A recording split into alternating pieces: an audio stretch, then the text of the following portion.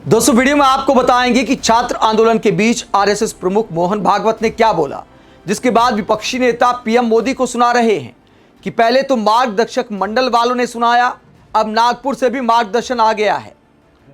मोहन भागवत का बयान पहले आपको सुनाते, उसके बाद संजय राउत का बयान भी सुनाएंगे कि संजय राउत ने मोहन भागवत के इस बयान के बाद साफ साफ क्या बोला है पीएम मोदी पर और मोहन भागवत पर। पहले मोहन भागवत किस संदर्भ में बात कर रहे थे वो आपको बता देते हैं।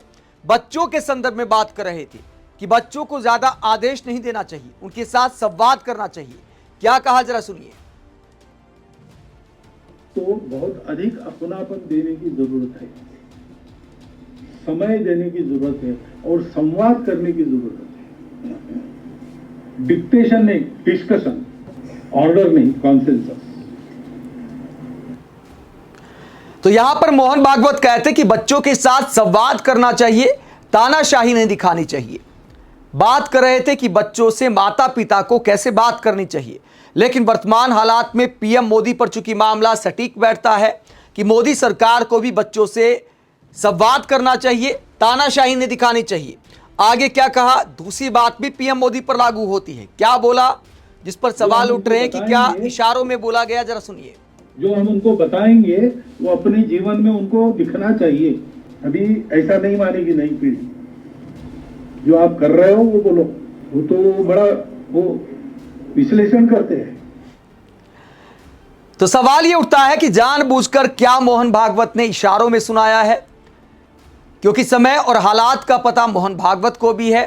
तो सारी बातें ऐसी बोली हैं जो पीएम मोदी पर सटीक बैठती हैं। जो मोहन भागवत ने कहा कि आप जो दूसरों को बोलते हैं अपने जीवन में भी उसे धारण करना चाहिए। जैसे कि पीएम मोदी ने बोला था कि विदेश यात्रा कम से कम 1 साल तक नहीं करनी है, उसके बाद एक के बाद एक देश का दौरा कर रहे हैं। नेता कटाक्ष करते हैं कि एक पैर भारत में रहता है, एक पैर प्लेन में रहता है, 2-4 दिन बाद प्लेन फिर उड़ जाता है और पीएम मोदी कहीं ना कहीं पहुंच जाते हैं। मजबूरी में प्रधानमंत्री का विदेश यात्राएं करना समझ आता है, लेकिन छोटे छोटे देशों की यात्रा करना समझ नहीं आता पब्लिक को लॉजिक के हिसाब से। अब विपक्ष लॉजिक ये लगा रहा है कि मोहन भागवत ने इशारों में पीएम मोदी को सुनाया है।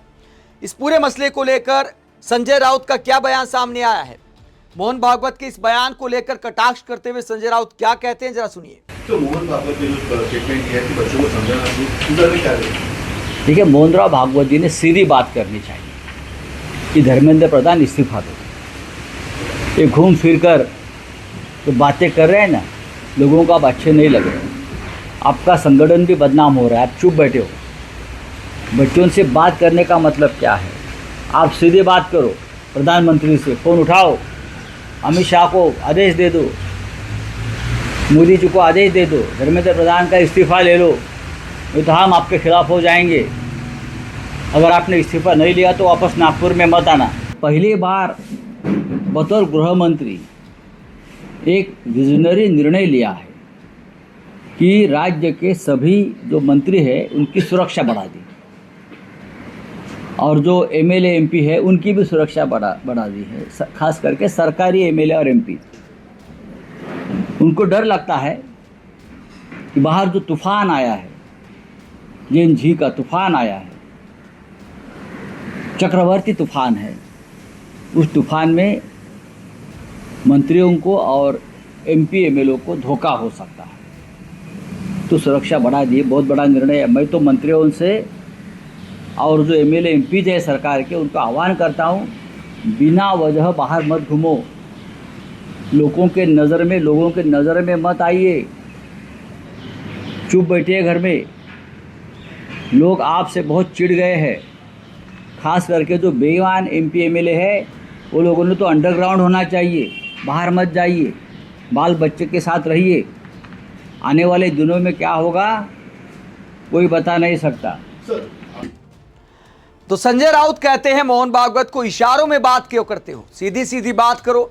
ये घुमा फिरा कर इशारों में पीएम मोदी पर कटाक्ष करना ये समझ नहीं आता। ये संजय राउत ने बयान दिया है कि डायरेक्ट पीएम मोदी को बोलना चाहिए कि धर्मेंद्र प्रधान का इस्तीफा ले लिया जाए। तो संजय राउत मोहन भागवत को सुना रहे हैं। इसके अलावा टीचर अभिनय मैस इस पूरे मामले को लेकर क्या कहते हैं।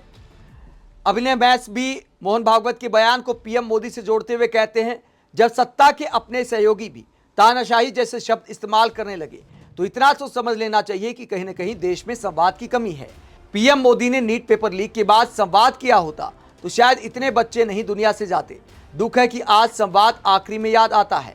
पहले विरोध को रोको, सख्ती दिखाओ, पहले कानूनी कार्रवाई और कड़ी चेतावनी की बातें करो, और जब हालात बिगड़ जाएं तब संवाद की याद आए। लोकतंत्र में संवाद पहला रास्ता होना चाहिए।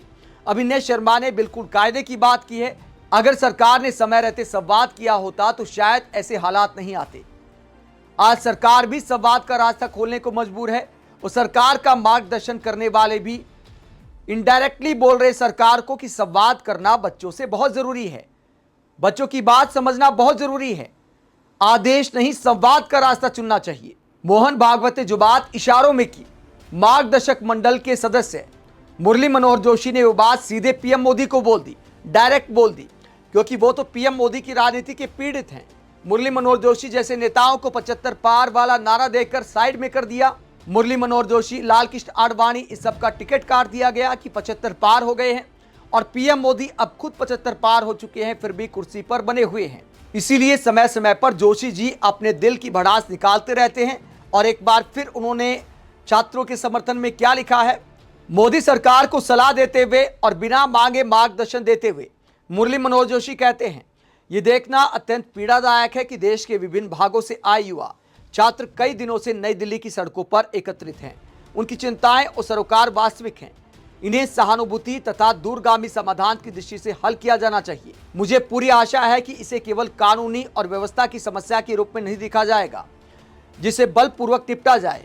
मुझे यह देखकर अत्यंत पीड़ा हुई है कि महिलाओं और युवतियों पर निर्मम बल प्रयोग किया गया। ऐसे बल के उपयोग से भारतीय समाज का बड़ा हिस्सा विकसित भारत के लक्ष्य से बहुत दूर चला जाएगा। तो मुरली मनोहर जोशी ने 20 जुलाई के लाठीचार्ज को लेकर, पुलिस के एक्शन को लेकर सीधा सीधा पीएम मोदी को सुना दिया कि बलपूर्वक आप इनके साथ डील नहीं कर सकते, आपको बातचीत के जरिए ही मामले का समाधान निकालना होगा। तो सोशल मीडिया के माध्यम से मार्गदर्शन दिया है मुरली मनोहर जोशी ने। मार्गदर्शक मंडल के नेता है जिनके बारे में शुरुआत में प्रचार किया गया था कि पीएम मोदी समय समय पर इनका मार्गदर्शन लेते रहेंगे, लेकिन मार्गदर्शक मंडल की कोई मीटिंग की खबर कभी सामने नहीं आई। ना ही यह खबर कभी सामने आई कि पीएम मोदी ने मार्गदर्शक मंडल के इन बड़े नेताओं से कोई मुलाकात की किसी समस्या के समाधान के लिए। तो ऐसे में जब पीएम मोदी खुद जाकर कोई मार्गदर्शन नहीं ले रहे तो मुरली मनोहर जोशी ने बिना मांगे सलाह देने का काम किया है, जो तुरंत पीएम मोदी को मान लेना चाहिए। आप इस पूरे मुद्दे को लेकर क्या सोचते हैं, कमेंट बॉक्स में अपनी राय जरूर दें। साथ ही चैनल को सब्सक्राइब भी करें। नमस्कार।